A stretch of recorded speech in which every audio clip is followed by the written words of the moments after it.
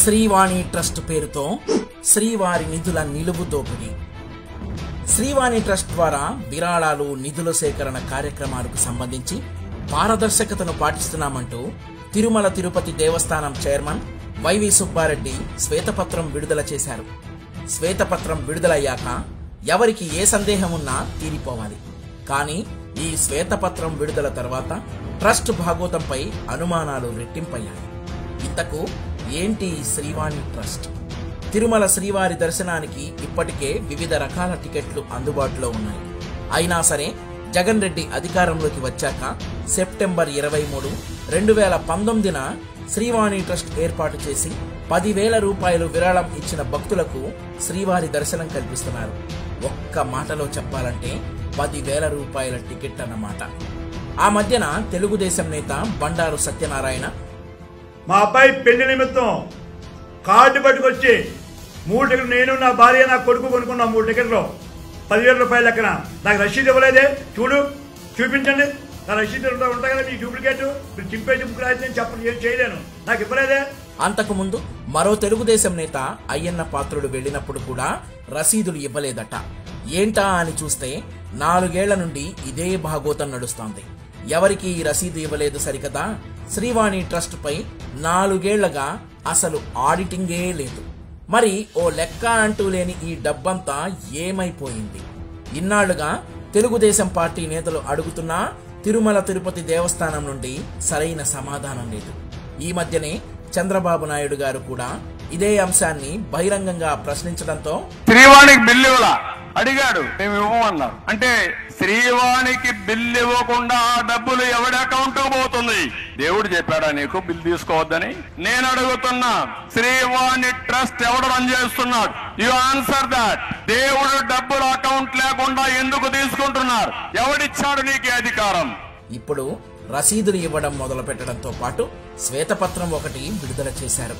Srivani trust ద్వారా రోజుకు 1000 టికెట్లు అమ్ముతున్నామని వైవి సుబ్బారెడ్డి చెప్పారు.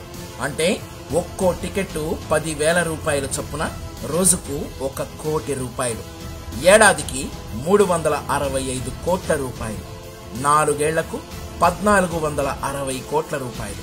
కానీ సుబ్బారెడ్డి మాత్రం కేవలం 860 కోట్ల రూపాయలే వచ్చాయంటున్నారు. పోనీ ఈ డబ్బుకైనా లెక్క ఉందా? అసలు రోజుకు 1000 మందినే పంపిస్తున్నారా? ఇంకా ఎక్కువ మందిని పంపించి ఉండొచ్చుగా. ఎందుకంటే ఎవరికి రసీదులు ఇవ్వట్లేదు. మరొక ముఖ్య విషయం ఏమంటే తిరుమల తిరుపతి దేవస్థానం ఇచ్చే టికెట్లకు ఆన్లైన్లో చెల్లించవచ్చు. కానీ ఈ 10,000 రూపాయల టికెట్ కొనాలంటే డైరెక్ట్గా క్యాషే కొట్టాలి. జగన్ రెడ్డి మద్యం షాపుల్లో క్యాష్ కొడుతున్నామంటే అది తాడేపల్లి ప్యాలెస్కు వెళ్తుంది. మరి శ్రీవాణి ట్రస్ట్ నిధులు కూడా అక్కడికే వెళుతున్నాయా? శ్రీవాణి ట్రస్ట్ ద్వారా 8,24,400 మంది భక్తులు శ్రీవారి దర్శనం చేసుకున్నారని చెబుతున్నారు. వారి వివరాలు ఎక్కడా?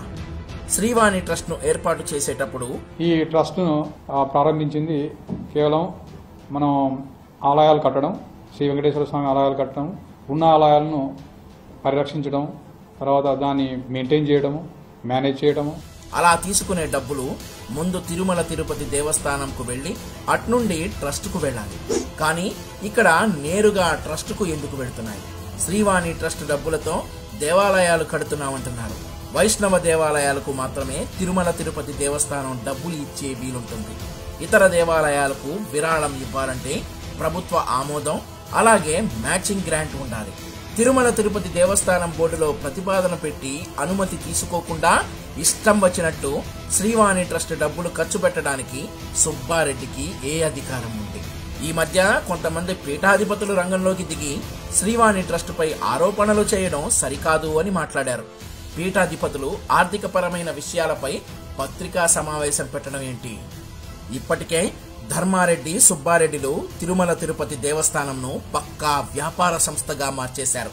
గతంలో లడ్డూ ధర 25 రూపాయలుంటే ఇప్పుడు 50 రూపాయలు చేశారు. 150 రూపాయలు ఉన్న గది అద్దెను 1700 రూపాయలు చేసేశారు. వాటర్ బాటిల్ ధర 40 రూపాయల. సామాన్యుడు తిరుపతికి రావద్దా? ఇప్పటి వరకు శ్రీవాణి ట్రస్టుకు వచ్చిన నిధులకు స్పష్టమైన లెక్కలు కావాలి. ట్రస్ట్ లావాదేవీలు క్యాష్ కాకుండా ఆన్లైన్లోనే డిజిటల్ రూపంలో ఉండాలి. 10,000 రూపాయల టికెట్ తీసుకున్న ప్రతి భక్తుని పేరును నమోదు చేస్తూ వెబ్సైట్లో పెట్టాలి.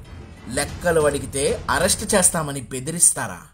శ్రీవారి నిధులను దుర్వినియోగం చేస్తూ భక్తుల మనోభావాలను దెబ్బతీస్తే తెలుగుదేశం పార్టీ చూస్తూ ఊరుకోదు. ఎంతవరకైనా వెళ్లి పోరాడుతుంది. ఖబర్దార్.